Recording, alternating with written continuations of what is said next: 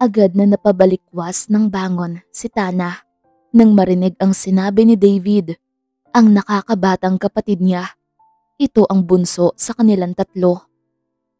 Anong sinabi mo? Ang medyo napalakas pa niyang tanong sa kapatid matapos tumayo. Ang sabi ko, nasa baba si Teo at kausap sa lamami. Sagot pa nito. Mariing napapikit siya sa sinabing iyon ng kapatid. Si Teo, ang kababata niya, at mula pa lang noon, ipinagkasundo na silang dalawa. At mula pagkabata, halos isuka na niya si Teo. Payatot kasi ito at sobrang puti. Sinong nasa baba? Kunot noong tanong ni Sandro na bagong labas sa restroom. Matalik na kaibigan siya ni Tana. Halos araw-araw, nasa bahay nila ito para tumambay. Hindi naman yon lingid sa kaalaman ng mga magulang ng dalaga, lalo na't lalaki din ang hanap ng binata, kaya hinahayaan na lamang nila. Si Teo, nasa baba siya. Matamlay niyang sagot sa kaibigan. Bago pa man makasagot si Sandro, pumasok na ang binatang pinag-uusapan nila na siyang ikinaawang ng labi ni Tana. Tama ba yung nakikita niya? May isang estranghero na pumasok sa kwarto niya at mala-Adonis ito sa sobrang kisig. Mayroong singkit, bagamat mapupungay na mga mata. Maamo ang muka, kissable lips, at maayos ang gupit. Nagmistula itong Koreano sa ayos nito. Malaki ang katawan nito, na tila ba alaga sa gym. Kung siya ang tatanungin, mas gugustuhin pa niyang makulong sa mga bisig nito na tila bato-bato. Pinapasok ako ni... Hi Tio! Agad na bati ni Sandro. Dahilan upang magkatinginan ang tatlong naroon sa kwarto. Maging si Teo ay nagtatakang napatitig kay Sandro. Pabalik sa magkapatid na nagkibit balikat lang sa kanya. Teo na Tio, pabulong na pagtatama ni Tana sa sinabi ng kaibigan na halatang nagulat din sa sinabi. Sana sinabi mo na Teo, pabulong na sagot nito. Hi Teo, ako nga pala ang magiging future. Hindi ako narito para makipagkilala sa'yo. Tana, we need to talk. Masungit at aroganteng wika ni Teo bago walang imik na hinawakan ang palapulsuhan ng dalaga at basta na lang itong hinila palabas ng bahay. Gusto mang mainis ni Tana sa ginawang iyon ng binata, ngunit tila wala siyang tinig ng mga sandaling iyon. Gusto niya ang pakiramdam na hawak ng binata. Tila may kung anong kuryente ang dumadaloy sa kamay nito patungo sa kanya. Gusto niya ang ganong pakiramdam. Naramdaman na lang niyang huminto sila sa tapat ng garden nila. What do you think you're doing? Ang inis na tanong ni Teo sa dalaga na napakurap dahil sa bigla niyang pagmura. What? Aniya na tila noon lang natauhan. Lihim namang pinagalitan ni Tana ang sarili niya dahil sa pagkatulala niya. Hindi niya tuloy narinig ang sinabi nito. Sino ang lalaking yun? Gusto ko lang ipaalala sa'yo. Sooner or later, magpapakasal tayong dalawa kahit ayaw pa natin. Paalala ng binata na nagtitimpi ng galit. Tanging selos ang nakikita ni Tana sa binata, ngunit ipinagsawalang bahala na lamang niya yon. Baka naman kasi mali ang iniisip niya. Alam ko naman yon, kaya lang mali ka nang iniisip sa... Hindi pa natatapos ang sasabihin, muling humarap sa kanya ang binata. Nakatiimbagang na ito ng mga sandaling iyon. Kahit na hindi natin mahal at gusto ang isa't isa, we need to act like we did. Makinig ka sa akin, Tana Garcia. Ginagawa ko to para sa reputasyon ng pamilya natin. Sa totoo lang, ayaw kong pakasal sa'yo. Mariing wika ni Teo nang walang pakurap-kurap. Napaawang naman ang labi ni Tana sa sinabing iyon ng binata. Gusto niyang maiyak ng mga sandaling iyon. Gusto niya itong saktan dahil sa inis na nararamdaman. Ngunit minabuti niyang kontrolin ang sarili. Pareho lang naman tayo ng nararamdaman. Ayaw ko sa'yo. At kahit kailan hindi kita magagawang mahalin. Pero dahil family business, wala akong magawa. Sa totoo lang, mas gugustuhin ko pang pakasalan si Sandro kaysa sa'yo. Matatag niyang wika bago ito tinalikuran. Nagpupuyos siya sa galit dahil sa narinig mula dito. Kung dati, wala itong lakas ng loob na pagsalitaan siya ng hindi maganda. At wala itong magawa kundi ang manahimik. Ngayon, ang laki ng pinagbago nito na parang hindi na niya kilala. Ate, tawag ni David sa kapatid na noon ay nakatungo. Sinaktan ka ba niya? Anong sinabi niya? Sunod-sunod na tanong pa nito. Isang pilit ng ngiti ang binigay niya sa kapatid at pinigil ang sarili na maluha. Hindi naman, alam mong hindi niya ako kayang saktan, di ba? Takot lang nun sa akin. Pagsisinungaling pa niya sa kapatid. Eh bakit malungkot ka? Humanda talaga sa akin ng hambog na yun. Wika pa nito bago sinundan ng tingin ang binatang papalayo. Wag na David, hindi mo na kailangan makialam pa sa amin. Kaya ko siyang harapin. Awat niya. At saka, tama naman siya. Wala kaming magagawa kundi ang pakasal sa isa't isa. Kahit na ayaw pa namin. Hindi ko kayang sawayin sina mami at daddy. Ang tanging magagawa ko na lang ay pakitunguhan ng maayos si Teo. Pag-amin niya bago nagpakawala ng isang malalim na pagbuntong hininga. Gumaganti kaya siya dahil sa nangyari noon, ate? Ang wala sa sariling tanong ni David dahilan upang matigilan si Tana. Anong ibig mong sabihin? Matapos mo siyang ipahiya sa buong school campus nyo at tawaging patpat na kahit kailan hindi ka magkakagusto sa isang kagaya niya. Mula noon lumayo si Teo. Lumipat siya ng school at mula din noon wala na tayong balita pa sa kanya. At ngayon lang siya bumalik dahil malapit na ang kasal nyo. Paalala pa ni David sa kapatid habang napapaisip. Ang gagong yun, aniya. Matapos mapagtanto ang sinabi ng kapatid niya. Hindi pa rin tayo sigurado kung tama ang nasa isip ko. O baka naman talagang wala na siyang gusto sa'yo. Ikaw ba naman ipahiya sa buong campus? Pipiliin mo pa bang mahalin ang taong yun? Maging ako man ay hindi na. Salamat sa'yo dahil sa sinabi mo, gumaan ang pakiramdam ko. Yamot niyang sabi sa kapatid. Ano bang problema mo? Pati sa akin nagagalit ka. Di makapaniwalang tanong nito. Sa halip na sagutin ang sinabi nito, yamot na tinalikuran niya lang at sumunod sa sala. Nakasimangot na pumasok siya sa loob kung saan inabutan niyang naroon at kampanteng nakaupo si Teo habang kausap ang mga magulang niya. Ang buong akala niya, umalis na ito. Hindi pa pala. Bakit ang tagal mo sa garden? Kanina pa ako naghihintay sa'yo dito. Masungit na tanong ng binata na siyang ikinakunot ng noon niya. Wala naman kasi silang usapan na mag-uusap pa matapos ang nangyari sa garden. Excuse me, may kailangan ka ba sa akin, Mr. Yabang? Taas kilay niyang tanong sa binata na hindi na napigil ang inis na nararamdaman. Aalis tayo para sa training mo at ako ang personal na magtuturo sa'yo when it comes to business. Sagot nito sa mababang tinig. Oo nga naman iha, nakiusap ako kay Teo na tulungan ka niya sa pag-handle ng business natin. Sagot naman ng kanyang ama. Malaki ang maitutulong ni Teo sa'yo pagdating sa negosyo, lalo na't marami siyang business transaction na hinawakan at lahat yun successful. Anang ama ng dalaga. Magka-business partner ang mga magulang nila na siyang naging dahilan upang ipagkasundo silang dalawa para daw mas lumalim ang samahan ng dalawang pamilya at para na rin sa magandang kinabukasan ng kumpanya. Halos salubong na ang mga kilay ni Teo nang dumating si Tana sa loob ng office niya. Inutusan niya kasi itong sumunod sa office sa halip na isakay sa sasakyan niya. Hanggang ngayon, masama pa rin ang loob niya sa dalaga.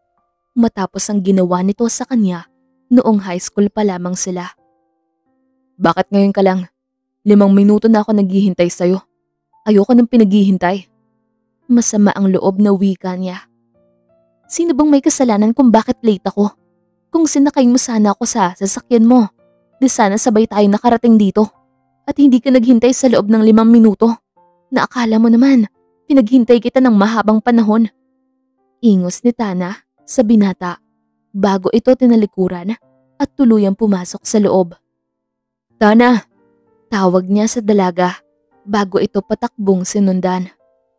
What? Asar na baling nito sa binata. Baka nakakalimutan mo na ako ang masusunod at lahat ng sasabihin. Susundin lang kita kapag may ugnayan sa negosyo. Pero kung wala, labas na ako doon. At isa pa, wala akong balak na pakasalan ka. Maraing wika ng dalaga kay Teo na natigilan sa sinabi niya. Muling nagsalubong ang kilay ni Teo sa sinabing iyon ng dalaga. Hindi siya makapaniwalang harap-harapan pa nitong sinabi yun na hindi ito magpapakasal sa kanya. Ganun na ba katindi ang pagkaayaw nito sa kanya at hindi siya nito magawang pakasalan? Wala rin naman tayong magagawa kundi ang sundin ang magulang natin. Sagot pa niya at nagbabaka sakaling magbago ang isip nito. Meron. Kapag natuto akong humawak ng negosyo, kakausapin ko sila dad na wag na nila akong ipakasal sa'yo dahil kaya ko nang hawakan ng kumpanya namin. Pagyayabang niya.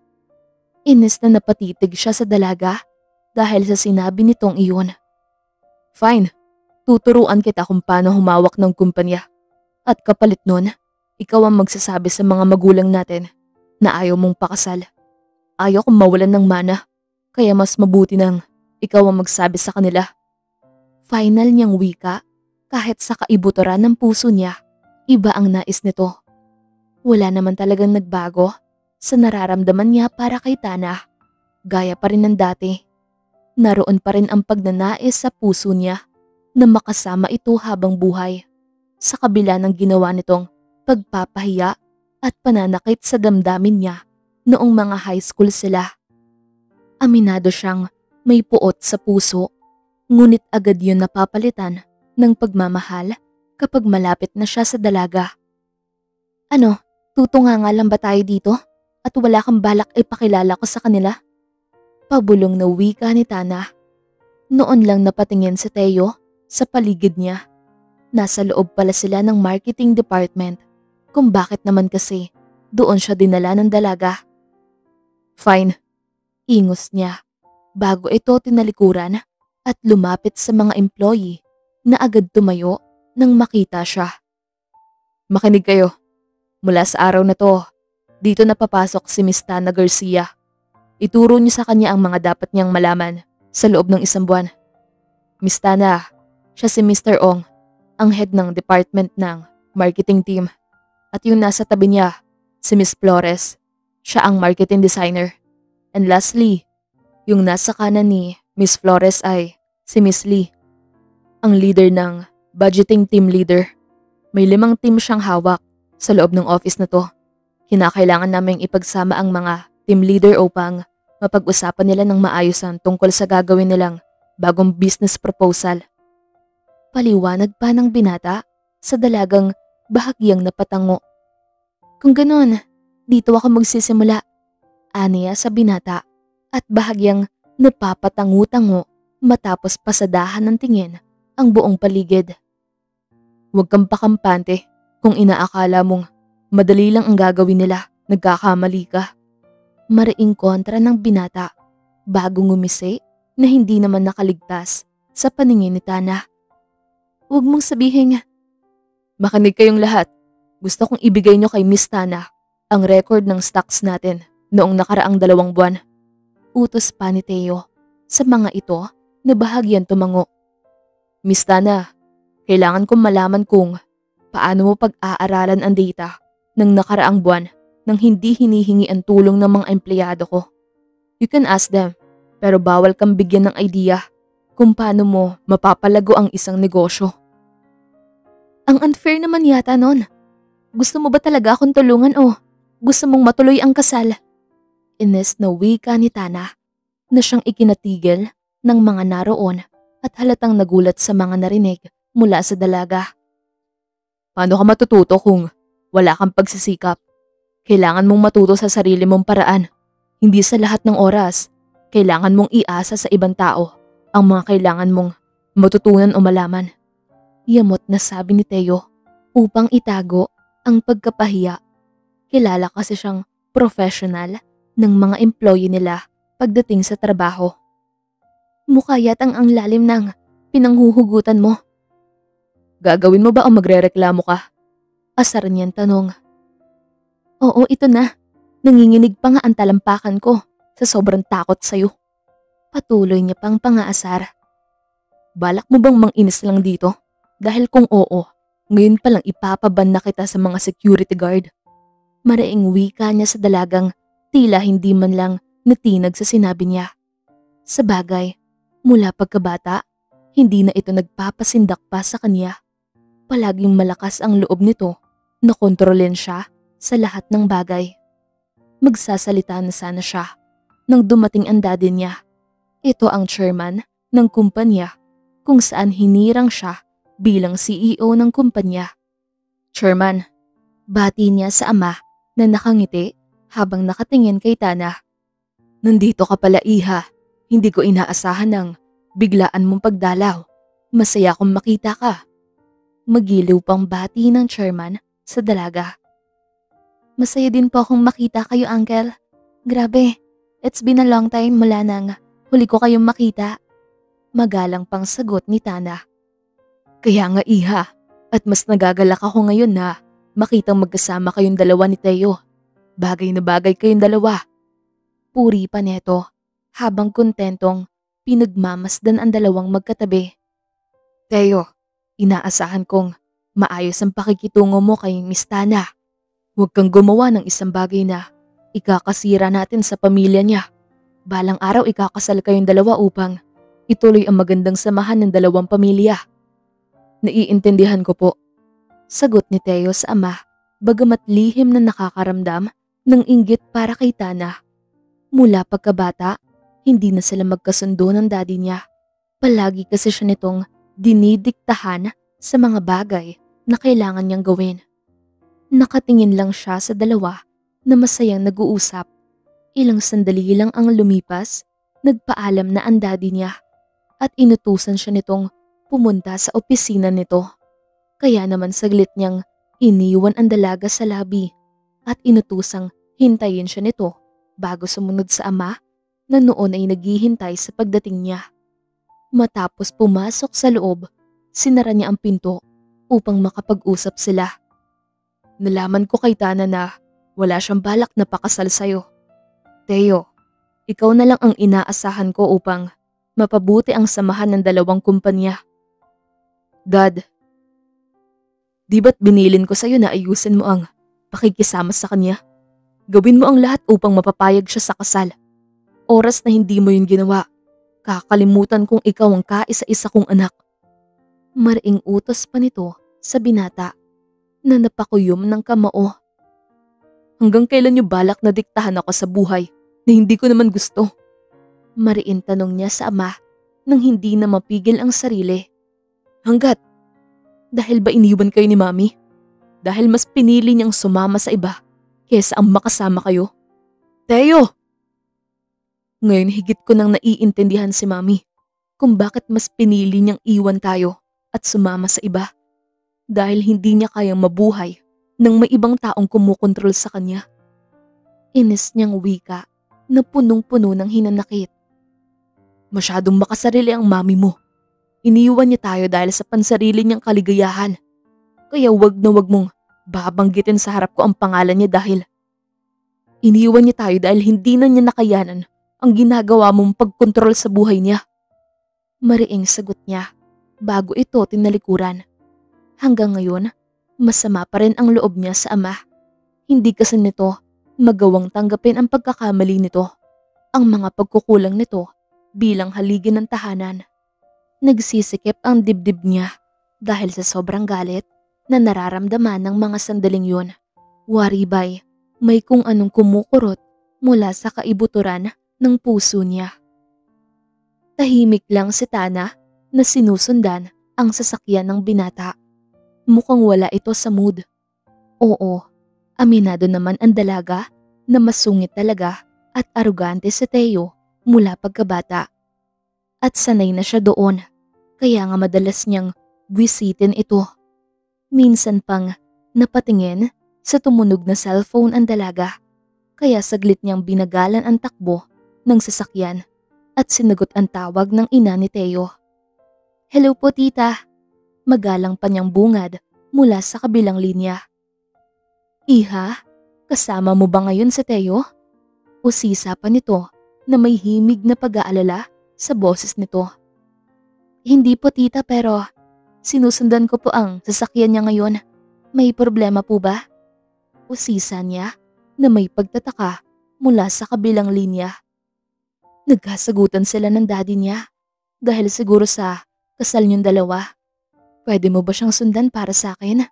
Natatakot ako na baka kung anong gawin niya. Anang ginang sa dalaga. Opo tita, huwag kayong mag-alala. Ako nang bahala kay Teo. Sagot niya bago binaba ang phone na hawak. Pagkuway, isang malakas na pagbuntong hininga ang pinakawalan niya. Ganun na baka ayaw sa kanya ni Teo at nagawa pa nitong makipagtalo sa ama upang huwag sila maikasal.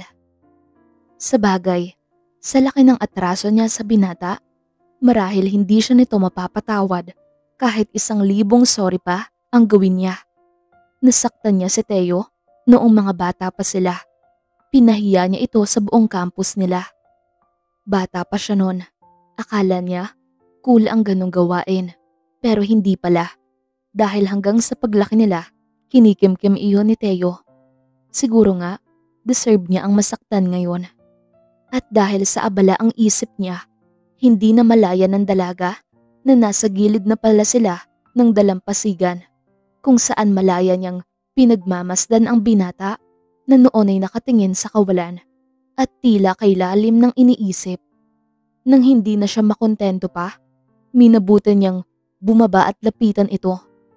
Noong una, hindi niya alam kung paano magsisimula, kung paano basagin ang katahimikan sa pagitan nilang dalawa. Teo, sambit niya sa pangalan nito at nangangapa ng sasabihin. Ang lugar na to ang pinakasagradong lugar para sa akin. Napaka-memorable nito sa akin.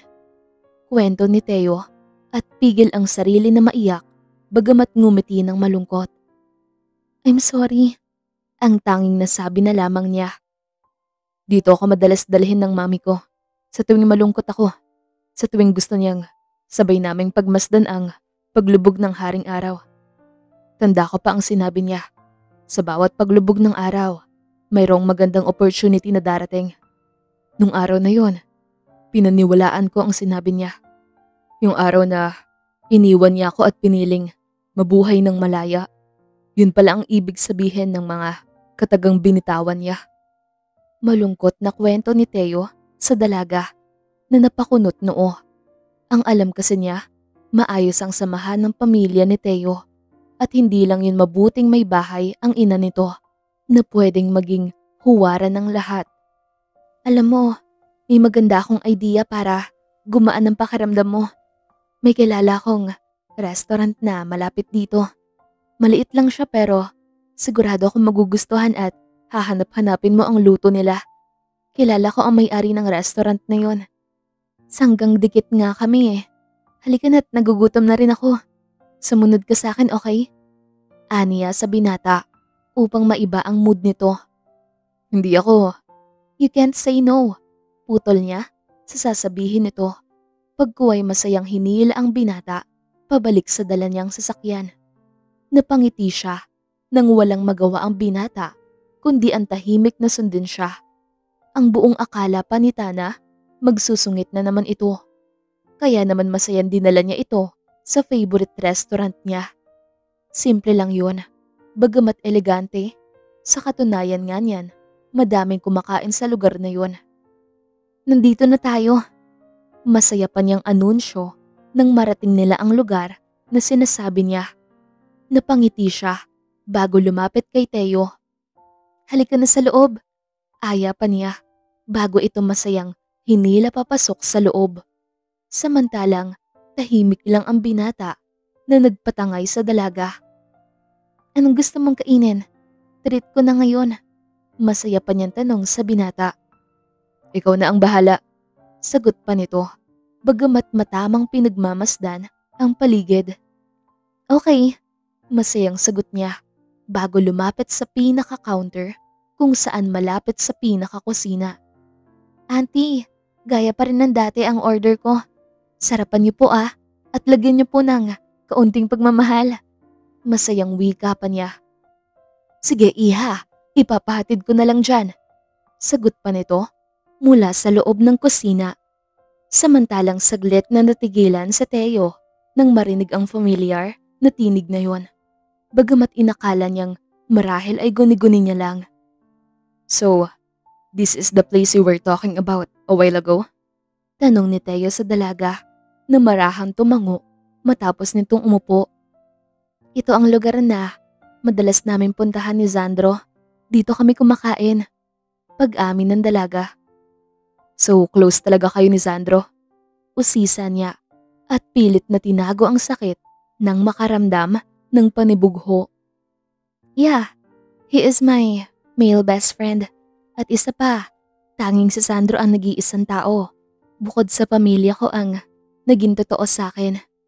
Ang nagstay sa kabila ng ugali ko. At isa pa, ni minsan hindi niya ako hinusgahan. He's always there for me. Kwento ni Tana nang may ngiti sa mga labi. That's cruel. Ingos ni Teo na siyang ikinaawang ng labi ni Tana. Mabait lang talaga siya no, at isa pa, tanggap niya kung anong klaseng tao ako. That's why I love him. Pagmamalaki pa ng dalaga na siyang ikinagulat ng binata. You what? Oh, my bad. What I mean is, I love him without any romance feelings. I love him cause he's my best friend. He's too kind, too caring and too gentle. And besides, he's gay. Pagdatama niya, hindi niya alam kung bakit kailangan niya pa magpaliwanag kay Teo ng mga sandaling iyon. Gayong hindi naman dapat. Ayaw nga nito sa kanya, 'di ba? Sa tingin ko, here's your order, ma'am, sir. Enjoy your meal.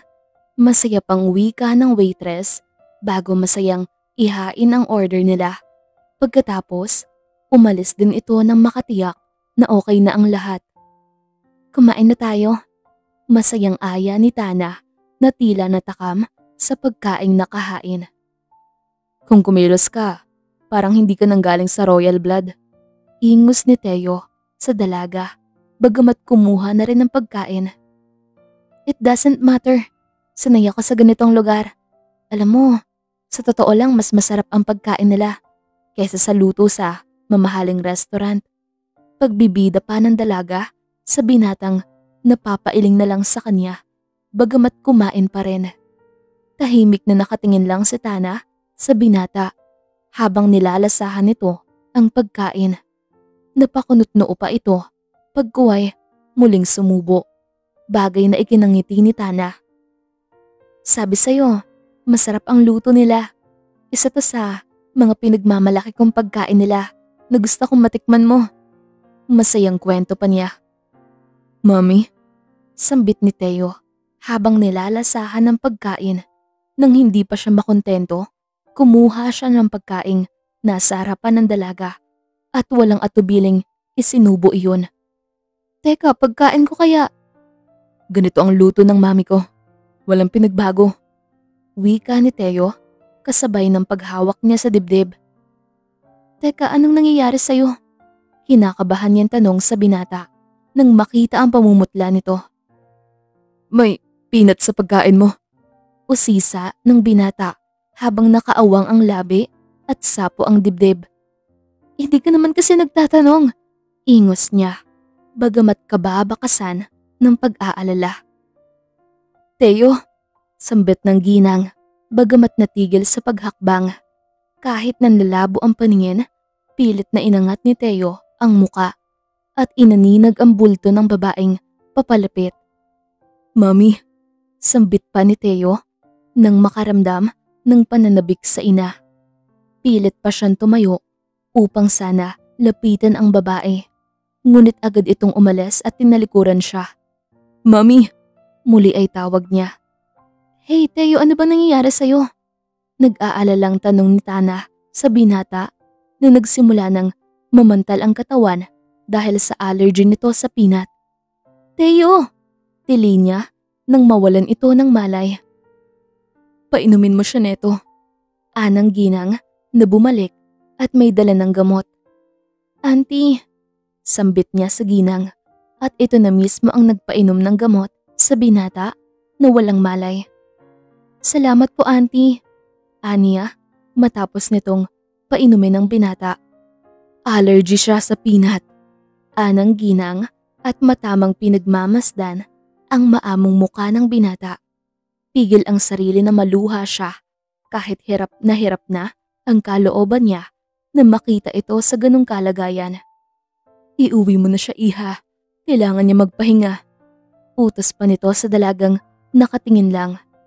Tanging pagtango lamang ang naging sagot ni Tana sa ginang. Sa tulong ng ibang staff nito, nagawa niyang isakay si Teo sa sasakyan niya at nagpa siyang iwan muna roon ang sasakyan ng binata. Marahang nagmulat ng mga mata si Teo. Bahagya pa niyang inilibot ang paningin sa paligid. Noon niya lang napagtanto na nasa sarili niya siyang silid. Ang huling natatandaan pa niya ay nasa restaurant sila kumakain ni Tana. Mami, bulong pa niya nang maalala ang lasa ng pagkain na kinain niya. Teo anak, okay ka lang? Thanks God gising ka na. Kagabi ka pa walang malay. Anang ginang sabay lapit sa anak na mukhang kakagising lang nito. Paano ako nakarating rito? Usisa niya sa ginang na may pagtataka. Dinala ka ni Tana. Ang sabi niya, nalunasan agad ang allergy mo kaya hindi ito lumala. Anang ginang. Mami, tawag niya na siyang ikinakunot noon ito. Nakita ko siya doon bago ako mawalan ng malay. Nakita ko ang totoo kong ina. Pag-amin niya sa ginang na siyang nagpalaki sa kanya at kinikilala ng nakakarami na ito ang tunay niyang ina. Teo, kapag nalaman to ng daddy mo, alam mo ang mangyayari. Kaya it's better na itago mo muna. I'll help you to find out kung nasaan ang mami mo. Anang ginang. Hindi na po kailangan. Wala naman siyang pakialam sa akin. Hinayaan niya ako at iniwan sa loob ng mahabang panahon. Tama nga si daddy. Mas mahalaga kay mami ang buhay na pinili niya ngayon kaysa ang makasama ako ng sarili niyang anak. Mas gusto niyang mabuhay ng malaya at walang kinikilalang anak.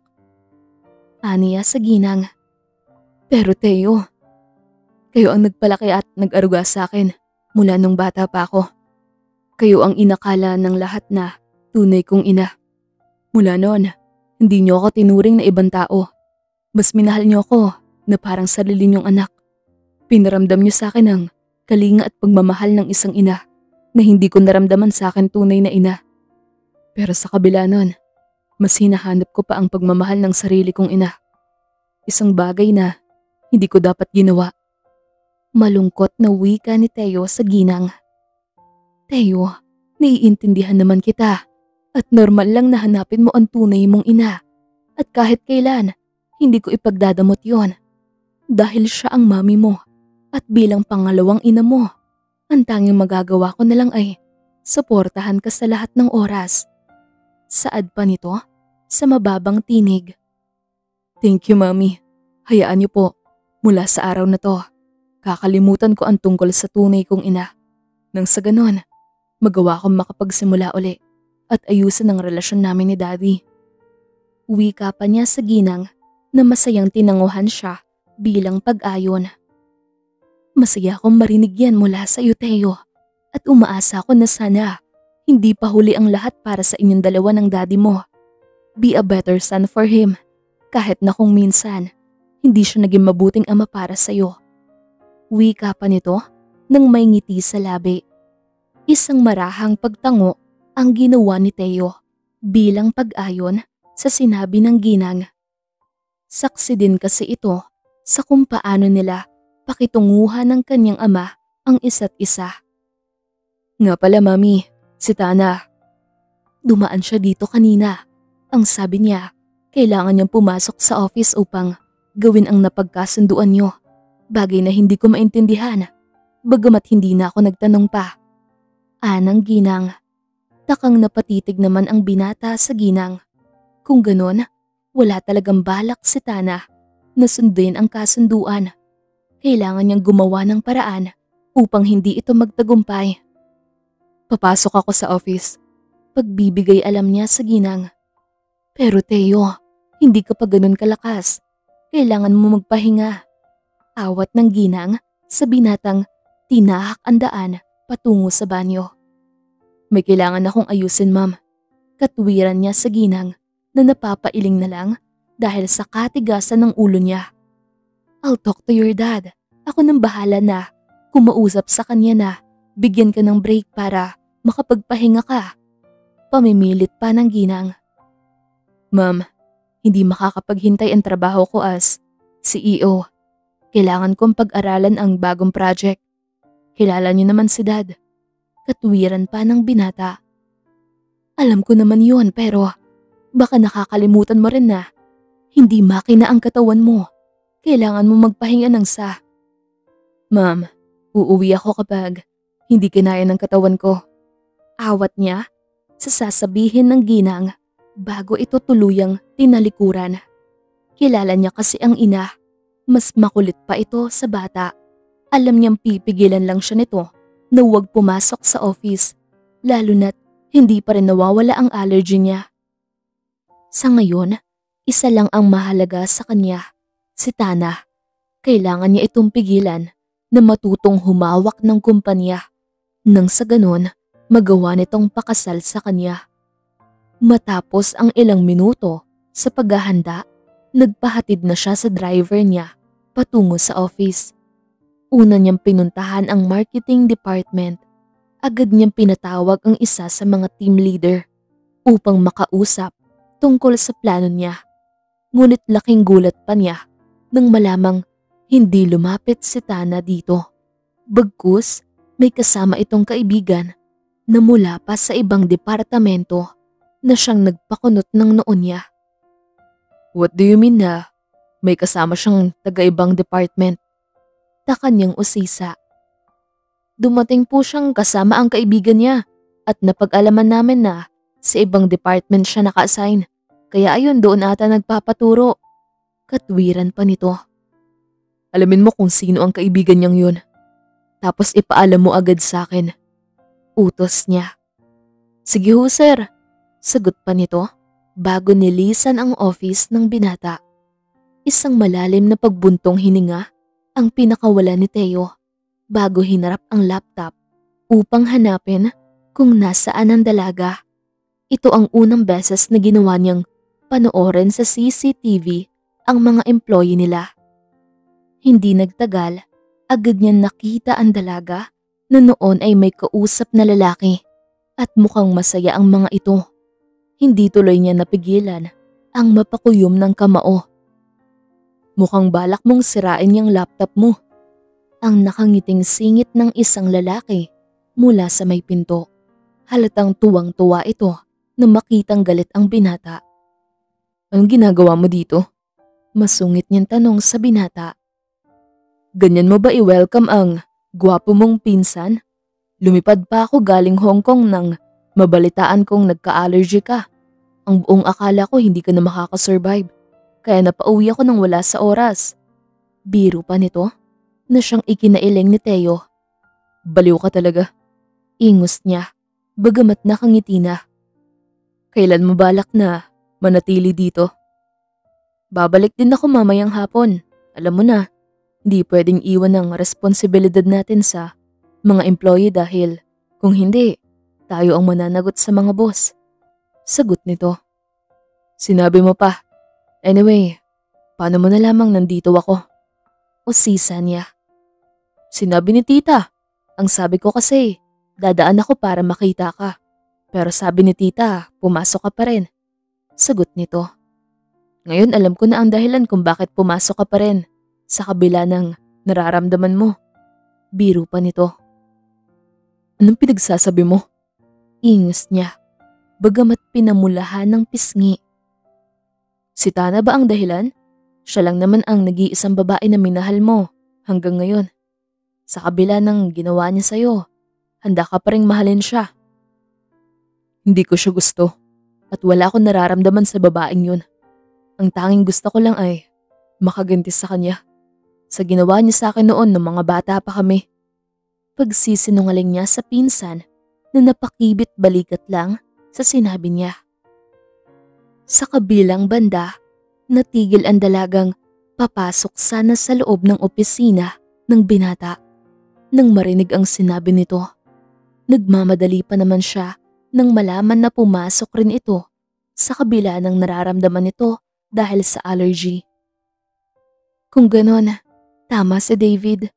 Lahat ng ginagawa ni Teo ay bunga lamang ng paghihiganti niya. Malungkot niyang naisaloob bago tumalikod. Malungkot na tinahak niya ang rooftop upang doon makapag-isip. Kailangan niyang ihanda ang sarili niya sa mga susunod pang balak ni Teo. Mas mabuti nang maaga niyang malaman kesa ang nagtagal at lumalim pa ang kung anumang namumuong damdamin para sa binata. Bago pa lumalim ang iniisip niya, biglang tumunog ang cellphone ng dalaga. Walang pangalan ang nakalagay sa screen name ng caller. Bagamat bumilis ang tibok ng puso niya ng mga sandaling yun. Nagtataka man, sinagot pa rin niya. Hello, this is Tana Garcia. How may I help you? Tanong niya mula sa kabilang linya at pigil ang inis na nadarama. Si Teo to. Pumunta ka ngayon sa office ko at may kailangan tayong pag-usapan. Ngayon na. Mariing utos pa ng binata mula sa kabilang linya. Ikaw pala yan, Timothy Dwight Castro. Paano mo nakuha ang number ko? Sarkastiko niyang tanong sa binata at binanggit pa ang buong pangalan nito. Hanggang ngayon, masama pa rin ang loob niya dito. Nang iinis ka ba? Pumunta ka na ngayon sa office ko. Dahil marami tayong pag-uusapan. Inis na tugon nito mula sa kabilang linya. Paano kung ayaw kong gawin? Mataray niyang tugon bago ito binabaan ng cellphone. Sa halip na magpasindak sa binata, napa-cross arm na lang siya. Inaasahan niya kasing darating ito para sermonan siya. Mapagod lang ang binata sa pag-akyat, makakaganti na siya. Alam niyang hanggang ngayon, hindi pa rin nanunumbalik ang lakas nito dahil sa allergy. Ilang sandali lang siyang naghintay. Nang dumating ang mga security guard, bagay na ikinagulat niya. Ang inaasahan niya kasing darating ay si Teo at hindi ang mga tauhan nito. Miss Tana, pinapasundo ho kayo ng CEO. Halina na po kayo. Nasaan siya? Sabihin niyo sa boss niyo na hindi ako bababa at sasama sa inyo hanggat hindi siya umaakyat dito. Mataray niyang sagot. Pero Miss Tana, mahina ngayon ang CEO, kaya kami ang inutusan niya. Sagot pa nito sa dalaga. Pwes magdusa siya. Ginusto niyang pababain ako, kaya dapat paghirapan niya. Kung gusto niya talagang makausap ako, then siya ang pumunta dito. Pabalang na sagot ng dalaga. Miss Tana, pasensya na po sa gagawin namin. Pero ang utos ng CEO ay dalhin ka doon anuman ang mangyari. Sagot pa nito bago yumukod. Men, dalhin ang young lady. Utos pa nito sa mga kasama na mabilis kumilos at binuhat ang dalaga na napatili pa sa pagkagulat. Let me go! Sigaw ni Tana sa lalaking bumuhat sa kanya. Parang sako ng bigas lang siya kung buhatin nito. Pasensya na po, Miss Tana, pero napag-utusan lang kami ng CEO. Magalang pang sagot ng lalaking bumuhat sa kanya. Muli ay nakaramdam na naman siya ng inis dahil sa ginawang iyon ni Teo. Hindi talaga ito titigil hanggat hindi nagagawa ang nais nito. Ibaba mo na ako. Utos pa niya, ngunit tila walang naririnig ang lalaking may buhat sa kanya. Nagpatuloy lang ito sa paglalakad hanggang sa pagdating sa office ni Teo at noon lamang siya binaba nito. Masama ang tingin ang pinukol niya sa binata na noon ay nakaupo sa upuan nito habang may hawak na files. "Huwag mo kong tignan ng ganyan," wika ni Teo sa dalaga bago tumingin sa mga tauhan. "Salamat, makakaalis na kayo." Baling pa ng binata sa mga ito na agad namang tumango bago nilisan ang opisina niya. "Sa tingin mo, nakakatuwa ang ginawa mong yun? You put me in shame!" Inispang sigaw ni Tana. "Sinabi ko na sa'yo na bumaba ka at may pag-uusapan tayo. Pero anong ginawa mo? Pinilit mo akong gumamit ng kapangyarihan upang mapababa ka." Katuwiran ng binata na salubong ang kilay at nagsimula na namang magsungit. "Really? Ang lakas ng loob mong ipahiya ako. O sabagay, hanggang ngayon, galit ka pa rin sa akin dahil sa nangyari noon. Galit ka sa akin dahil hindi mo matanggap ang nakaraan." Uyam niyang paalala. Masama talaga ang loob niya dahil sa ginawa nito. Sukat ba namang ipahiya siya sa mga naroon? "Ikaw pa talaga ang may ganang magalit sa akin. Ikaw na nga tong may kasalanan kung bakit napilitan ang mga tauhan ko na bitbitin ka. Kung hindi ka ba naman nagmatigas di sana, hindi ka mapapahiya." Sagot naman ni Teo na tila ba napupuno na sa pagtataray ng dalaga. Hindi siya nakasagot sa sinabing iyon ni Teo. May bahid naman kasi yun ng katotohanan. "Sabihin mo na kung anong kailangan mo sa akin bago pa uminit ang ulo ko sa'yo." Masungit niyang wika sa binata na tumaas ang kilay. "Gusto ng mga magulang natin na madaliin ang kasal." Pagbibigay alam ni Teo sa dalaga na halatang nagulat. "Nababaliw na ba sila?" Gulat niyang tanong na medyo tumaas pa ang boses. "Wala tayong magagawa kundi ang umayon sa gusto nila. Or else, itatakwil nila tayo." Sagot ni Teo, bagamat lihim na nagdiriwang ang puso niya at pinanatili niyang masungit ang aura. "In your dreams, hindi ako papayag na makasal tayo. Kaya naman gagawa ko ng paraan para makaiwas sa kasal na ito." Masungit niyang kontra. "Sorry na lang but it's too late. Wala na tayong paraan para makatakas sa kasalang ito. Ang tanging magagawa na lamang natin ay magpanggap at patulan ang trip nila kahit na ayaw ka talagang makasama sa iisang bubong ang isang tulad mo." Paliwanag ni Teo bago tumayo, ngunit agad din siyang napaupo nang maramdaman ang panghihina ng katawan. Hindi yun nakaligtas sa paningin ni Tana na naging dahilan ng pagngisi niya. Samantalang isang pagkunot ng noo ang ginawa ni Teo habang nakatingin sa dalaga nang ngumisi sa kanya matapos siya nitong pakatitigan. "Ano na naman ang binabalak mo?" Usisa niya bagamat kinakabahan. Hindi maganda ang pakiramdam niya sa nakikita ngayon sa dalaga. "Wala naman akong binabalak na masama, Mr. Timothy Dwight Castro." Sarkastikong wika ni Tana, bagamat nakangisi.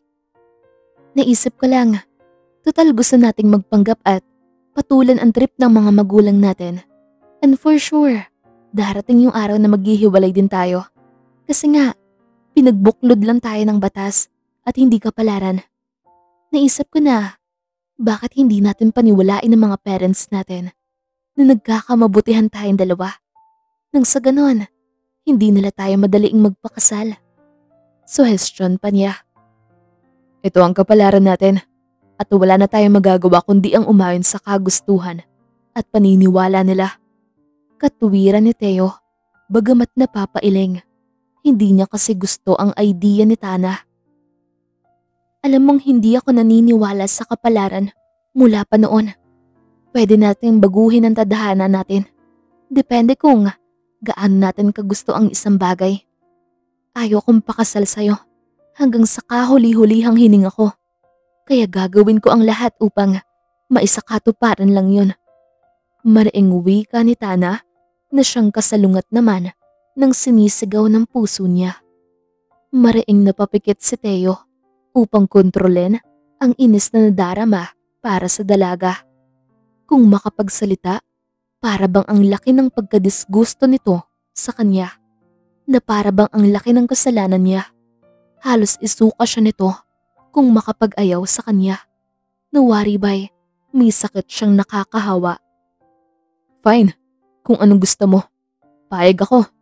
Total pareho nating ayaw ang isa't isa. Kesa naman mauwi sa kasal ang lahat. Mas magandang pag-isipan natin ng maigay ang tungkol sa bagay na to. Hayag pa niya bago napahawak sa baba na tila ba nag-iisip. Kung wala ka nang kailangan sa akin, aalis na ako at kailangan ko pang magpahinga. Aniya sa dalaga na napakunot noo. Pinapunta mo ako dito sa wala. At isa pa, sino bang may sabi sa'yo na pumasok ka ng office gayong alam mong hindi ka pa malakas? Kung wala kang matinong sasabihin, manahimik ka na lang. Masungit niyang sagot bago ito tinalikuran. Kahit nanghihina ang buong katawan niya, minabuti pa rin ni Teo na pilitin ang sarili na makaalis sa paningin ng dalaga. Ayaw niyang makita siya nitong mahina.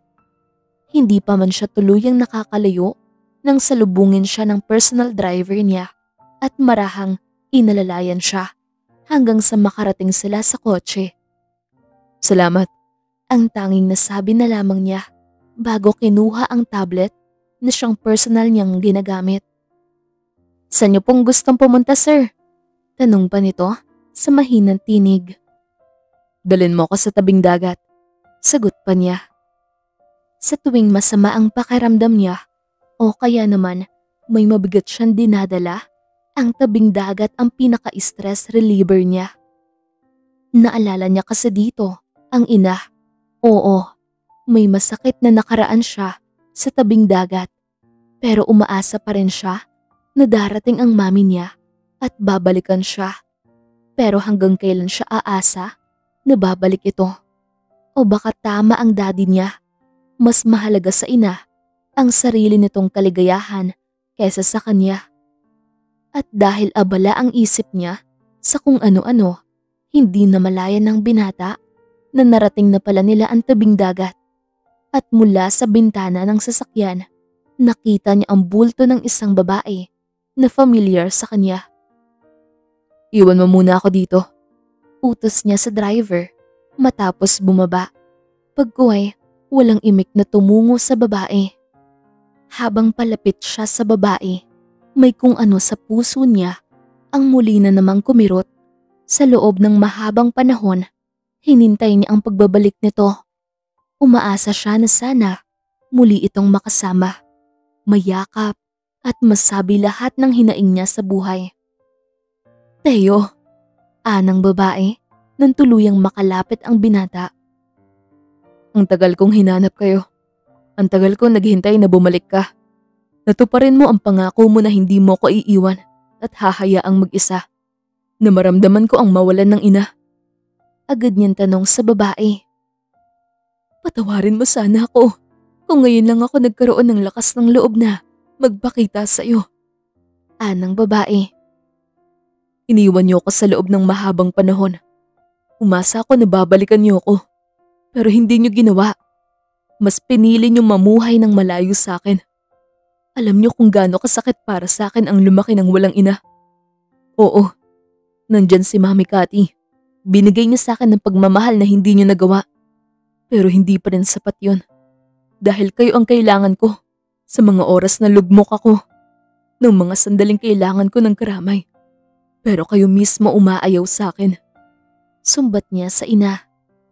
Teo, hindi niyo alam ang pakiramdam ng pinagtutulakan kayo palayo ng mga taong mahal niyo. Pakiramdam ko, may sakit akong nakakahawa. Hindi ko matignan ang sarili ko sa salamin. Maging ako ay takot din makita ang sarili ko.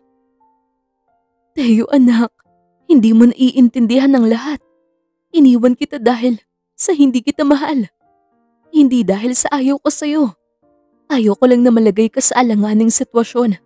Kapag nalaman ng mga tao na anak ka ng daddy mo sa labas, na hindi ka naman talaga anak ni Cathy.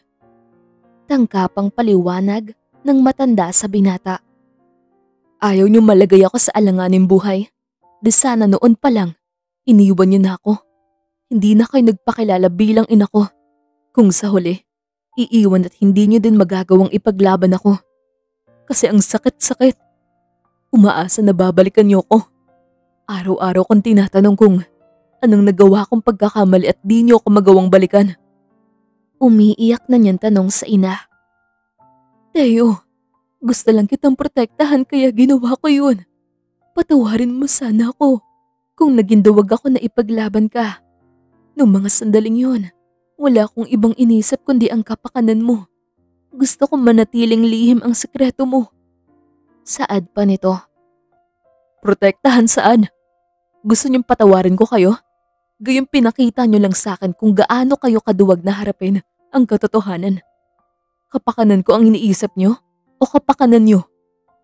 Anong magagawa ng inosenteng bata na tulad ko ng mga panahong iyon? Gayon ang kailangan ko lang ay ang pagmamahal ng isang ina na ipinagkait niyo pa sa akin. Hindi ko hinahangad ang kung anumang meron ako ngayon. Dahil ang tanging kailangan ko lang ng mga sandaling yun ay kayo. Sumbat niya sa ina na natigilan dahil sa sinabi niyang iyon. Teo, walang anak na hindi naghangad ng pagkalinga ng isang ina. Hindi ko alam kung magagawa ko ba kayong patawarin ngayon. Ngunit hahayaan kong lumipas ang panahon hanggang sa magawa kong tanggapin uli kayo sa buhay ko. Wika pa niya bago ito tinalikuran.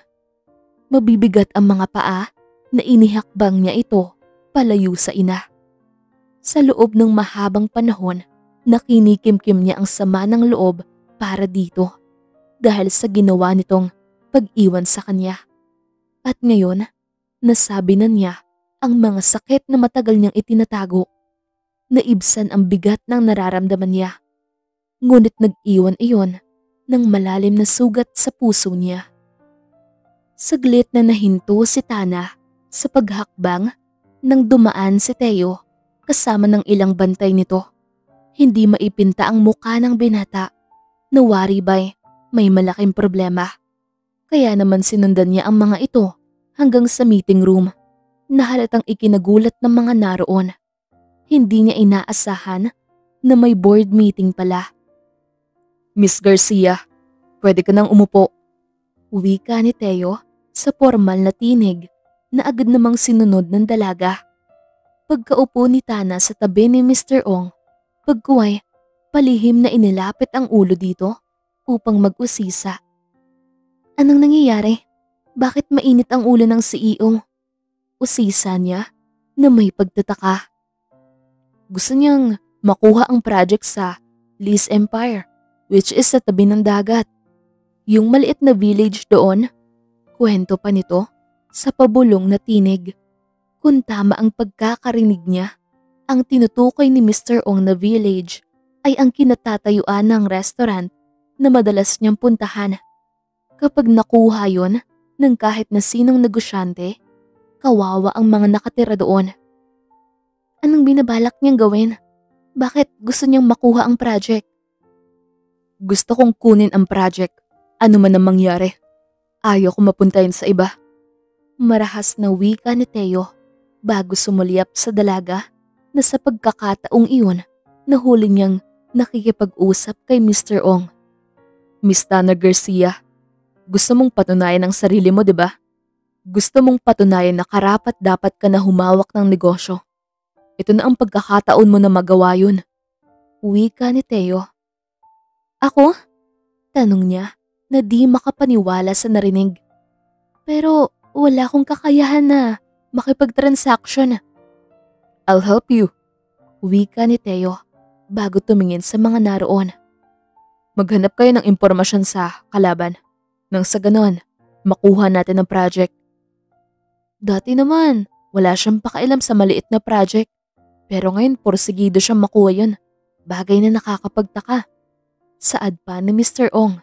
Kaya naman, takang napatitig na lang siya kay Teo. Hindi niya kasi mabasa ang takbo ng isip nito. Masyadong misteryoso ang binata. Parang di pa kayo sanay sa boss sungit niyo. Lahat gagawin niya makuha lang ang gusto.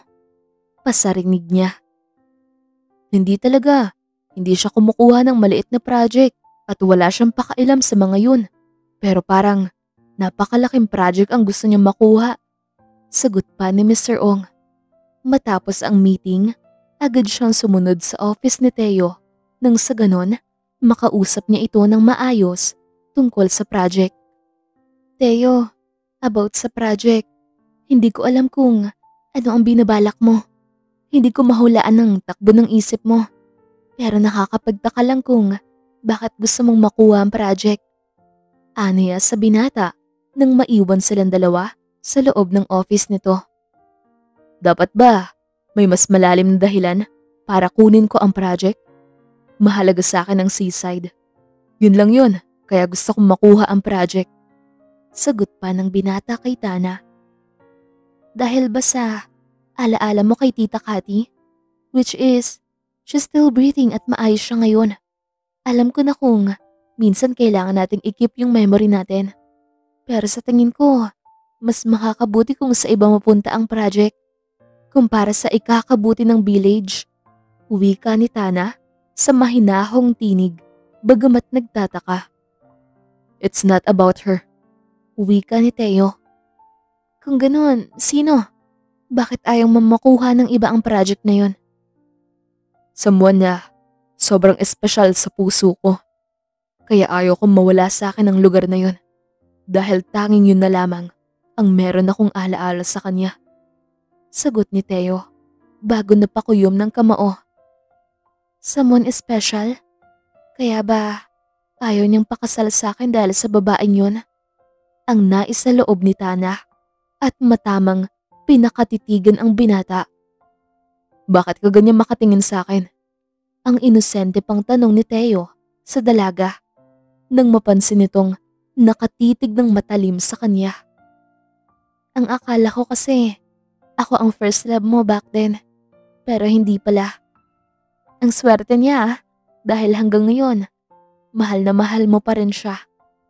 Pasarinig niya sa binata na biglang naubo. Ano bang sinasabi mo?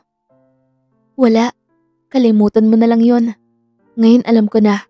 At isa pa, hindi naman kita gusto. Kaya naman, tutulungan kita na makuha ang project kasabay nun. Ikaw ang magsasabi sa mga magulang natin na hindi ka magpapakasal sa akin. Dahil gaya mo, ayaw ko ring mawalan ng yaman. Pagsisinungaling niya sa huli. Nagsiselos ka ba, Miss Tana Garcia? Ang nakangising tanong ni Teo bago marahang inilapit ang muka sa dalaga na napasinghap sa huli kasabay naman ng pagngiti ni Teo. Bakit naman ako magsiselos? Ingos niya bagamat hindi maiwasan ang kabahan dahil sa ilang pulgada na lang ang lapit ng muka ni Teo sa muka niya. Mariin siyang napapikit nang mas ilapit nito ang muka sa kanya. Ngunit ilang sandali lang ang lumipas, narinig niya ang paghagalpak nito ng tawa. Kaya agad siyang napamulat ng mga mata. So pinagtitripan lang pala siya nito na siyang mas lalong ikinainit ng ulo niya. Bagamat aminado siyang may panghihinayang sa puso niya. Bigla siyang nakaramdam ng pananabik na muling maramdaman ang halik nito. Yes, si Teo ang first kiss niya, ang payatot na batang iyon. Pero ngayon, hindi na ito payatot, kundi isa na itong matipuno at makisig na lalaki. Inaasahan mo talagang hahalikan kita ha?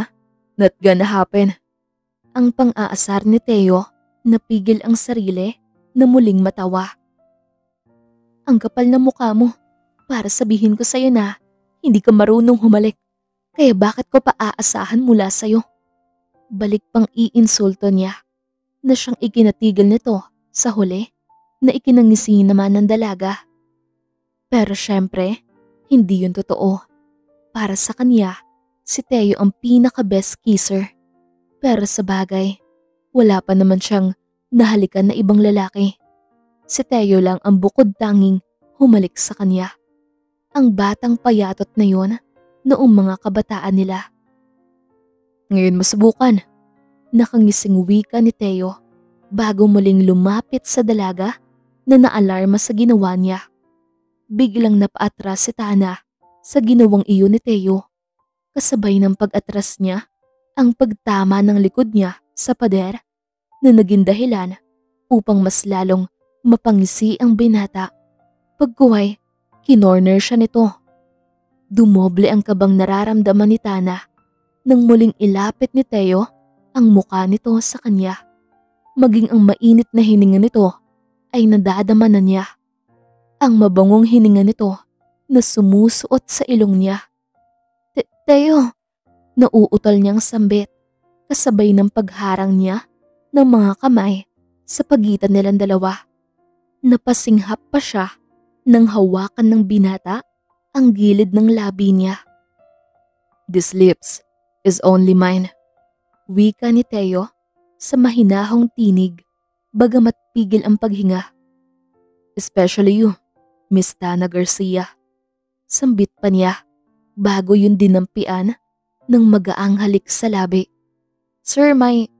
Saglit na natigil sa pagsasalita ang isang sekretary kasabay ng pagtalikod nito. "Pasensya na po, sir." Hingim pa umanhin pa nito. "Gusto ko lang ipaalala, sir, may meeting po kayo kay Mr. Yu."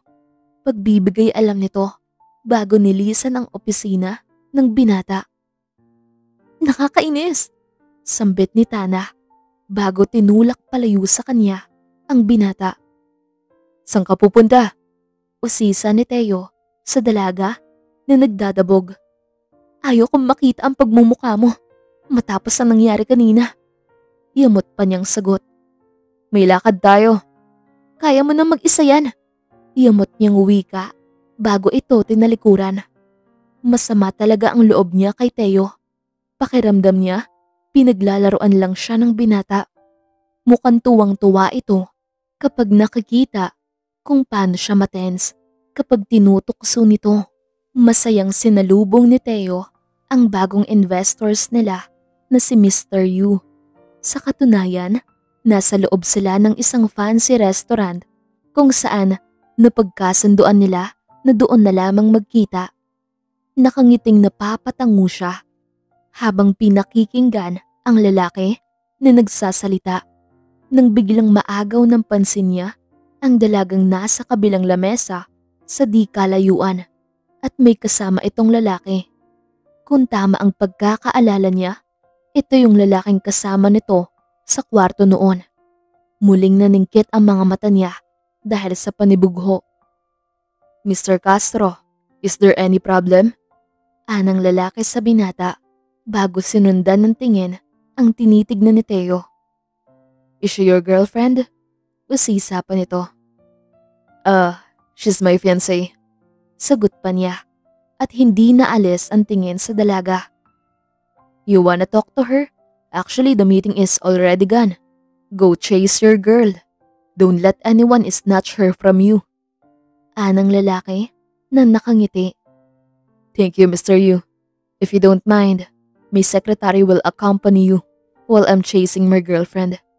Nakangiting wika niya bago tumayo at nagbigay galang dito. Isang matamis na ngiti ang isinukli nito sa kanya, kasabay ng marahan na pagtapik sa balikat niya.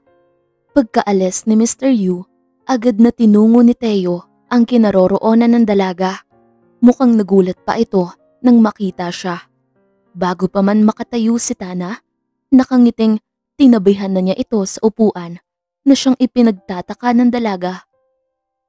"What are you doing here? Sinusundan mo ba ako, Mr. Timothy Dwight Castro?"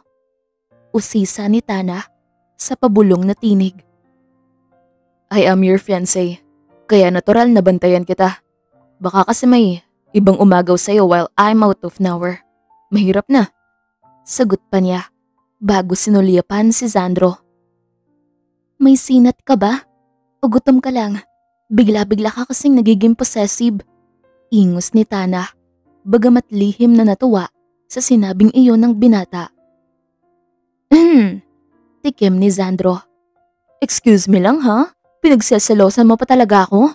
Mukhang ako pa nga ang magiging karibal ng best friend ko sa'yo eh. Haler, hindi kami talon yan." "You..." Takang tanong ni Teo. "I'm gay. Agap nito. Teka lang noong una halos magpatayan kayo kasi halos isumpa niyo na ang isa't isa. Tapos ngayon naman grabe, napaka-possessive niyo sa isa't isa. Pasarinig pa nito bago maarteng humawak sa sentido. Samantalang isang matamis naman ng ngiti ang sumilay sa labi ni Tana. Hindi niya talaga inaasahan ang pagiging possessive ni Teo. At masaya siyang malaman na kahit papaano nakakaramdam ito ng selos. Bakit di niyo na lang aminin sa isa't isa na you both secretly in love with each other? Wika ni Sandro. That's impossible. He's not my type. Tanggi ni Tana bago tumayo. I have to go. May mga kailangan pa akong ayusin para sa new project na binigay mo Mr. Timothy Dwight Castro. Sarkastikong wika niya bago tinalikuran ang mga ito na hindi man lang nakuhang magsalita pa. Pagkaalis ni Tana, agad na hinarap ni Teo si Sandro. Nakita kong magkausap kayo ni Miss Tricia D. Panimula niya. Yes, siya yung taong nagpalaki sa akin. Ang taong nag-aruga sa akin noong bata pa ako. Kinausap ko siya para sa new project nyo. Sa gusto nyong mangyari sa village. Sagot nito. Pinakilala ka niya? Di makapaniwalang tanong niya. Kasabay ng pagkuyom ng kamao. Nag-aalaga ang mami niya ng ibang bata. Samantalang siya, inabando na. Bakit parang hindi ka makapaniwala sa sinabi ko? Bakit gusto mo kaming tulungan na makuha ang project? Tanong niya sa mariing tinig habang pigil ang sariling magalit. Kung para sa ikabubuti ng village ang gagawin niyo, handa ko kayong tulungan. At isa pa, may tiwala ako sa kaibigan ko.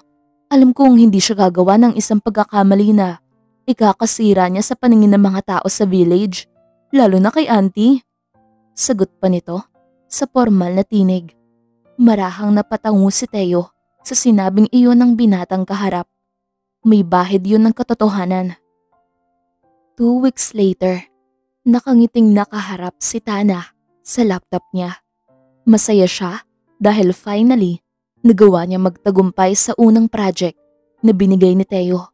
Nagawa niyang mapapayag ang mga tao sa village, maging si Miss Tricia, na baguhin ang village tungo sa ikakaunlad nito. Nang tumunog ang phone ng dalaga, agad niya yung sinagot, lalo na nang makita sa screen ID ang caller. Sandro, napatawag ka. Usisa niya, bagamat nakangiti. Tana, may kailangan kang malaman. Nagsinungaling siya. Yung village, gusto nilang tayuan ng chemical waste factory. Narinig ko sa isa sa mga contractor dito. You need to stop him. Ikaw lang ang makakagawa nun sa kanya. Pagbibigay alam ni Sandro na siyang ikinatigil ng dalaga. I'll call you back. Wika niya bago binabaan ng phone ang kaibigan.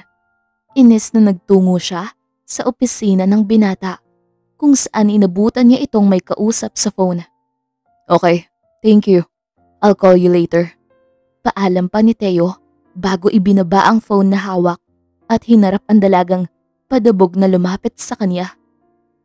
Sabihin mo nga sa akin, yung bagong project, kaya mo ba pinilit na makuha yun para tayuan ng chemical waste factory? At hindi para sa ikakabuti ng mga taga roon? Ang usisa niya, napigil ang galit. Kung kaya ka nandito para sa bagay na yan, makakaalis ka na. Pinilit kong makuha ang village. Kinuha ko ang tiwala ng mga taga roon para sa ikakabuti nila. Dahil akala ko, mabuting pinuno ka. Pero hindi pala. Ang tanging nasa isip mo lang ay ang yumaman. Gaya ka rin ng ibang taong kilala ko. Naghahaman sa kayamanan. Galit niyang sigaw. Kung tapos ka na sa sasabihin mo, umalis ka na. Pagtataboy ni Teo, kasabay ng pagkuyom ng kamao. Bago pa man makapagsalita si Tana, biglang pumasok ang ama ni Teo at walang imik na binigyan ng isang malakas na suntok ang binata matapos itong hilahin sa upuan nito. Hindi kita pinalaki para maging ganyan, sigaw pa ni Mr. Castro. Samantalang hindi makapaniwala si Tana sa nakita. Bakit? Bakit mo ginawa yun? Ang galit pa ring tanong nito sa binata. Marahang tumayo si Teo. Sapo ang nasaktang labi na nagsimula ng dumugo. Ilang sandali lang, pumasok ang ilang tauhan ng binata. Sir, nahuli na po namin ang salarin ng nagpapakalat sa maling impormasyon. At napag-alaman namin na nagmula siya sa… That's enough. Awat ni Teo sa mga tauhan. Mauna na kayo doon at susunod ako. Utos pa niya. Pagkaalis ng mga tauhan, saka lang niya hinarap ang ama at si Tana. Mali kayo ng nabalitaan. Hindi ko gagawin ang isang bagay na ikakasira ng kumpanya. Sana tinanong niyo muna ako o inaalam ang katotohanan bago niyo ako hinuhusgahan. Wika niya bago tinalikuran ang mga ito. Teo! Tawag ng chairman sa binata. Kahit kailan, hindi ako gagawa ng ikakasira ko sa babaeng nagdala sa akin sa mundong to. Kahit na para sa inyo, isa siyang malaking pagkakamali na nagawa niyo sa buong buhay niyo at kahihiyan ng pamilya natin. Wika ni Teo na mahihimigan ng galit bago ito tuluyang lumisan. Samantalang naguguluhan si Tana na nakatingin sa chairman. Hindi niya maintindihan ang sinabi ni Teo. Anong sinasabi nito na hindi gagawa ang binata ng isang bagay na ikakasira nito sa babaeng nagdala sa kanya sa mundong ito? Uncle, hindi ko maintindihan. Akala ko si Tita Cathy ang mami ni Teo. Pero bakit? Ang sinabi niya kanina… Tana, kung ano man ang narinig mo kanina, kalimutan mo na yon. Mag-focus ka na lang sa nalalabing araw ng kasal niyo ni Teo. Anang chairman bago sumunod sa binata. Litong sinundan ng tingin ni Tana ang mga ito. Bagamat hindi na siya umimik pa. Ayaw din naman niyang mapahamak ang binata sa huli. At isa pa, oras na nalaman ng parents niya ang tungkol sa bagay na yon, natitiyak ng dalaga na hindi papayag ang mga ito na matuloy ang kasal. Kung tutuusin, dapat ikatuwa niya yon. Ngunit ng mga sandaling yon, may panghihinayang sa puso niya. Ayaw niyang mawala sa kanya si Teo. Kahit naman na madalas silang magbangayan nito, ramdam pa rin niya ang presensya ng binata. Kung paano siya nito tignan mula sa malayo. Ang problema, kung paano na lang niya ito mapapaamin. O baka nga, siya na mismo ang gumawa nun sa sobrang pagkatorpe nito. O baka dahil natatakot na itong mabasted gaya ng dati. Aminado siyang nasaktan niya si Teo ng mga panahong yun. Bata pa siya at hindi pa niya alam ang salitang dangal. Pero ngayon, ang tanging nais lamang niya ay protektahan ang lihim neto. Nakailang buntong hininga si Teo matapos panoorin ang lalaking nanira ng bagong project. Sabihin mo sa akin, sino ang nag-utos sa'yo na siraan kami? Marahas niyang tanong sa huling pagkakataon matapos kalabitin ang gatilyo ng barel na hawak niya at iniumang yon sa lalaki. Teo anak, tawag ng ginang na naroon din. Huwag mong dungisan ang pagkatao mo nang dahil lang sa kanya. Huwag mong pairalin ang galit dyan sa puso mo. Saway pa nito. Mami, nang dahil sa kanya, nawala ng tiwala sa akin si Daddy. Maging ang sarili kong ina. Pag-amin ni Teo sa inang nagpalaki sa kanya. Teo, mawalan man ng tiwala sa iyo ang mga tao. Nandito ako at kahit anong mangyari, hindi ako maniniwala sa iba. Kasi kilala na kita mula pagkabata. Ako ang nagpalaki sa iyo. Alam ko ang mga kakayahan mo at kaya mong gawin. Palagi mong tatandaan na may isang taong higit na nagtitiwala sa iyo. At ako yun. Mami, hindi ka man nanggaling sa akin pero hindi matutumbasan ng kahit na anong pagmamahal ko sa iyo bilang ina mo. At para sa akin, ikaw ang anak na matagal kong hiniling sa may kapal. Ikaw ang bumuo sa pangarap kong maging ina. Kaya nakikiusap ako. Huwag mong pairalin ng galit sa puso para makagawa ka ng kasalanan. Anang ginang sa binatang nagsimula ng lumuha dahil sa mga madamdaming sinabi niya. Matapos mapagtanto ang sinabi ng ina, Noon lamang kumalma ang binata. Pagkuway, walang imik na niyakap ang ginang na nagpangiti sa huli. Thank you, Mami. Ang tanging nasabi na lamang niya bago nagpatuloy sa pag-iyak sa mga bisig nito. Matapos ang tagpong yun, tuluyan na siyang kumalma at para makapag-isip, minabuti niyang tumungo sa tabing dagat. Habang pinagmamasdan ang karagatan, ang paghampas ng alon sa dalampasigan, ang mahinang pag-ihip ng hangin, ang payapa at tahimik na paligid na waribay, napakakalmado ng lahat.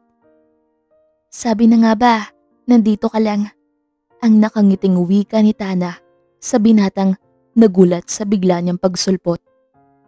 Anong ginagawa mo dito? Usisa niya na may pagtataka. Hinanap ka. Simpleng sagot niya bago tumingin sa karagatan. Alam mo bang ang buhay natin ay parang karagatan? Minsan payapa, tahimik na waribay, may malalim na pinagninilayan. Ngunit darating ang isang dilubyo na siyang yayanig sa pananahimik niya. Kung gaano kainit na nagmumula sa kaibuturan niya, ganun din kalakas ang dilubyon dulot niya. Makahulugang wika ni Tana sa binata. San ka ba nagmula? Ang lalim nun ah. Ingos niya, bagamat nakangiti na. Finally, nakita na rin kita nakangiti. Ang masayang wika ni Tana na siyang ikinatigil ng binata. Mula kasi nang bumalik siya sa buhay ng dalaga, ni minsan, hindi siya nito nakitang ngumiti.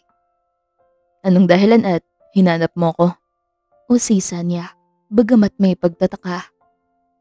Naisip ko kasi na kapag tumakas ka at tinangkang magpakalunod sa dagat na yan, mawawalan ako ng groom. Sagot niya sa pabirong tinig. Iniisip mo ba na? Timothy Dwight Castro, can you be my groom? For real? Tanong ni Tana na siyang ikinatigil ng binata. Gulat na nakatitig lang sa Teo sa dalaga habang nagtatanong ang kanya mga mata. Hindi niya alam kung tama ba yung narinig niya o namali lang siya. Anong ibig mong sabihin?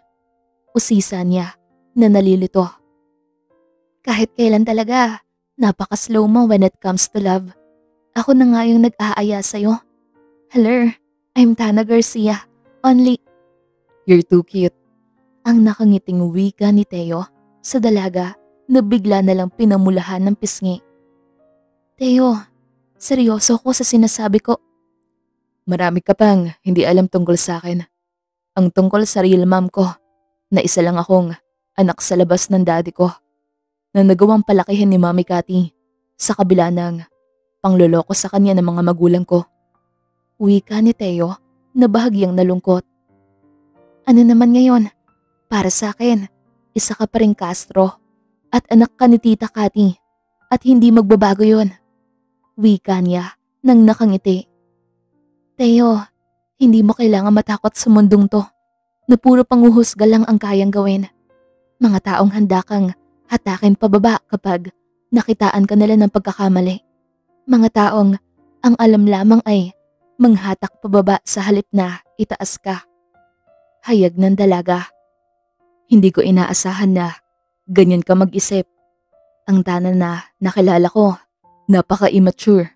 Higit sa lahat, palaging nagrarant sa buhay. Nakangiting wika ni Teo. Nag-matured ka na talaga. Thank you, Tana, sa pagpapagaan ng loob ko. Huwag ka mag-alala. Gagawin ko ang lahat para sa ikakabuti ng project at pangakong hinding-hindi kita bibiguin kasama ng mga taong umaasa ng ikakaunlad ng isla nila. Wika pa niya na punong-puno ng pangarap. Mula sa araw na to, sabay na nating harapin ang anumang pagsubok. Kasama mo ko sa lahat ng oras. Pangako pa ng dalaga. Si Miss D, ang biological mother ko, ang dahilan kung bakit mahalaga sa akin ang isla na to. Dahil yun sa kanya. Gusto kong protektahan ang kung anong kasiyahan niya. Nakita ko kung paano niya pahalagahan ang mga tao sa isla. Kung paano niya mahalin ang mga ito. Kwento pa niya sa dalaga. Alam ko, Sobrang mahal ni auntie ang mga tao dito. Kaya marahil, ang taas ng respeto nila sa mami mo. Hindi ka man lang ba nabigla na siya ang mami ko? Usisa ni Teo na may pagtataka. Nung araw na nagka-allergy ka, tinawag mo siyang mami. Akala ko, epekto lang yun ng allergy mo. Until now, saka ko lang nalaman na siya pala ang mami mo. Sagot ni Tana. Mabuti siyang tao gaya mo, kaya marahil maraming nagmamahal sa inyo. Iniwan niya ako at pinili ang islang ito. Nag-alaga at nagpalaki siya ng mga taong hindi naman niya kadugo. Samantalang, inabandona niya ako. Himutok niya. May mga bagay na kailangan talikuran para sa ikakabuti ng lahat. Teo, huwag kang magalit sa mami mo dahil sa ginawa niyang pag-iwan sa'yo. Dapat nga magpasalamat ka sa kanya.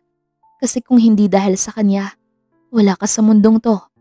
Kung hindi siya nagkamali, walang tayo na darating at mamahalin ko ng ganito. I love you, Tana Garcia.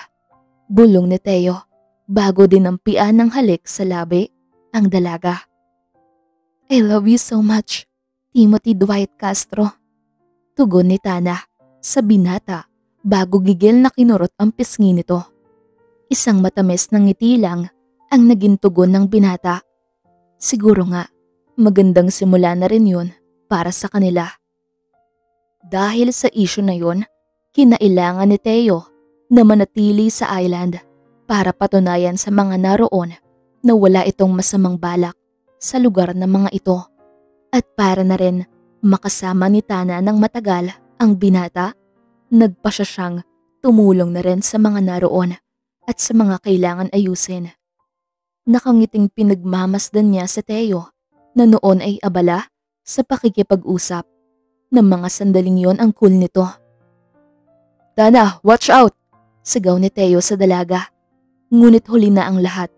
Naramdaman na lang ni Tana ang pagtama ng kahoy sa balikat niya, kasabay ng pagtumba niya. Tana! Sigaw ni Teo bago sinipat ang nasaktang balikat ng dalaga. Okay ka lang ba? May masakit ba sa'yo? I'm good at saka hindi naman ganun kalakas ang pagkakatama sa akin ng kahoy. Nakaatras. Bakit kasi hindi ka tumitingin sa paligid mo? At isa pa, sinong nagsabi sa'yo na pwede ka dito? Ang masungit na niyan tanong sa dalaga, bagamat puno ng pag-aalala. Kaya lang naman ako nandito para bantayan ka. Baka mamaya, ibang babae na ang... Tana, this is not a joke, okay? Your safety is my first priority. I want you to go back. Wika niya sa dalaga. Kaya nga ako nandito kasi gusto kong makatulong. Paut niyang sabi sa binata. Isang marahang pagbuntong hininga ang pinakawala ni Teo bago hinarap ang dalagang nagtatampo. But it's too risky. Hindi ka dapat narito. At isa pa, wala ka namang ginagawa kundi ang panoorin kami. At anong gusto mong gawin ko? Magbungkal ng lupa dyan? Agawin sa workers ang... Tana, ang sinasabi ko lang naman. Ayaw mo ba akong nandito? O baka naman, nagbabago na ang nararamdaman mo kaya... Napangiti sa Teo sa sinabing iyon ng dalaga. Umiral na naman kasi ang pagkabrat nito. Huwag mo kong ngitian, masama pa rin ang loob ko sa'yo. Ingos ni Tana sa binata. Halika na. Kailangan nating matignan kung napilay. Kaya ko nang mag-isa. Masungit niyang sabi bago ito tinalikuran. Samantalang napapailing bagamat nakangiting sinundan na lang ni Teo ang dalagang papalayo. Pagkuhay, inutusan ang sekretary niya na sundan si Tana upang matiyak na ligtas ito. Habang si Tana nagdadabog na bumalik sa tent kung saan madalas siyang tumambay. Nakasimangot pa rin siya. Teka nga, ang lalaking yun. Sambit niya nang may maalala. Inis na muli siyang bumalik sa site. Pero bago yun, nakasalubong niya ang sekretary nito. Miss Tana, nasan si Teo? Putol niya sa sasabihin nito. Pagkuhay, nilampasan ang dalagang napapailing na lamang. Miss Tana, kailangan niyo pong magstay dito, lalo na't nag-aalala ang CEO. Anang babae. May kailangan akong itanong sa lalaking yun. Katuwiran niya bago nagpatuloy sa paglalakad. Masama ang loob niya dahil palaging ang babae ang kausap ni Teo at close ang mga ito sa isa't isa. Pagkaalis ni Tana, agad siyang nilapitan ng biological mother sa hindi alam na dahilan ng binata, bagamat kinausap pa rin niya ito ng masinsinan.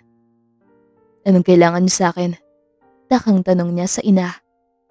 Teo, alam ko na hanggang ngayon masama pa rin ang loob mo sa akin dahil sa ginawa kong pag-iwan sa'yo at hindi pagtiwala sa kakayahan mo.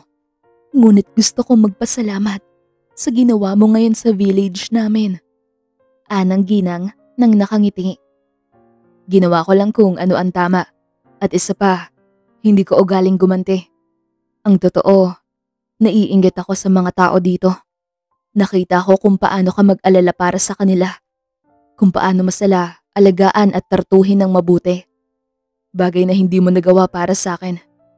Pero na-realize ko din na, siguro, kaya binigay ang mami Kati ko sa akin ng may kapal. Kasi, she's a good mother. Binigay niya sa akin ang pagmamahal ng isang ina na hindi ko naranasan sa inyo. Hayag ni Teo sa ina bago ngumiti dito. Sa unang pagkakataon na ginawa niya, matapos siya nitong iwan, ngunit sa pagkakataong iyon, nawala na ang pait at hinagpes sa puso niya. Nais kong gawing maayos ang lugar na to para sa inyo bilang regalo sa ginawa niyong pagdala sa akin sa mundong ito. Aniya nang nakangiti. Anong ibig mong sabihin? Takang usisa ng ginang sa binata. Tama kayo. Mas mahalagang itago ang katotohanan para sa kapayapaan at kapakanan ng bawat isa. Pasensya na kung natagalan bago ko naintindihan ang nais niyong kapayapaan. Paliwanag pa niya. Mami, narealize ko na ang pinakamagandang gante sa ginawa niyo ay ang isaayos ang pinakamahalagang lugar sa puso niyo. Aniya nang may ngiti sa labi.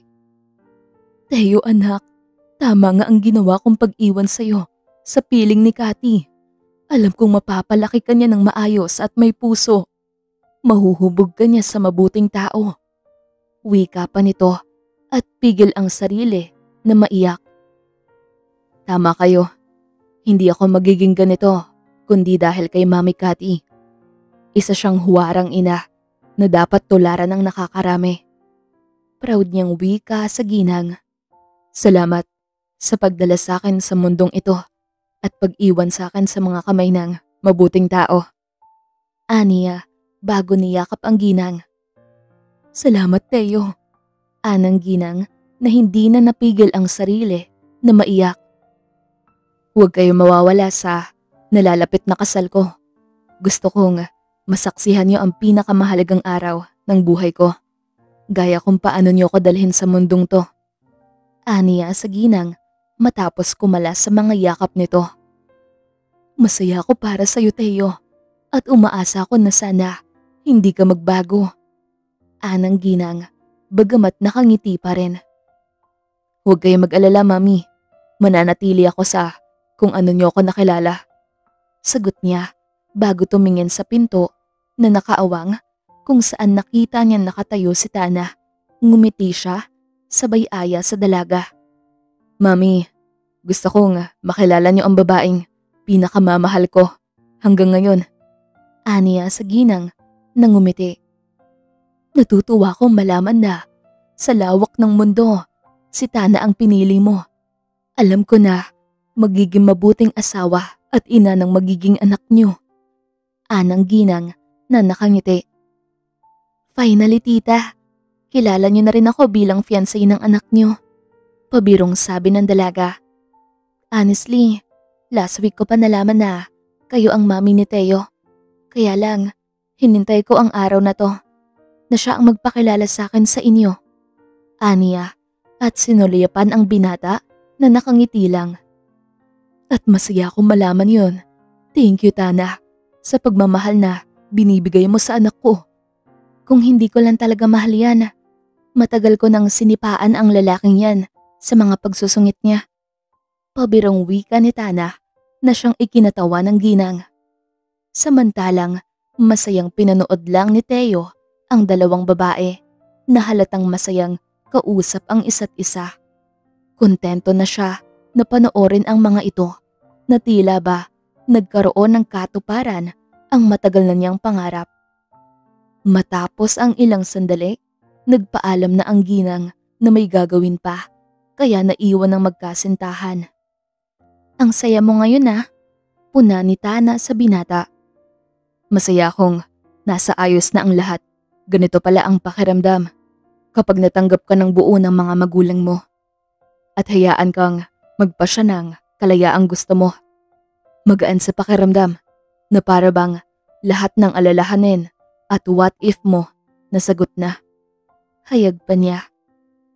Masaya ako para sa'yo, Teo.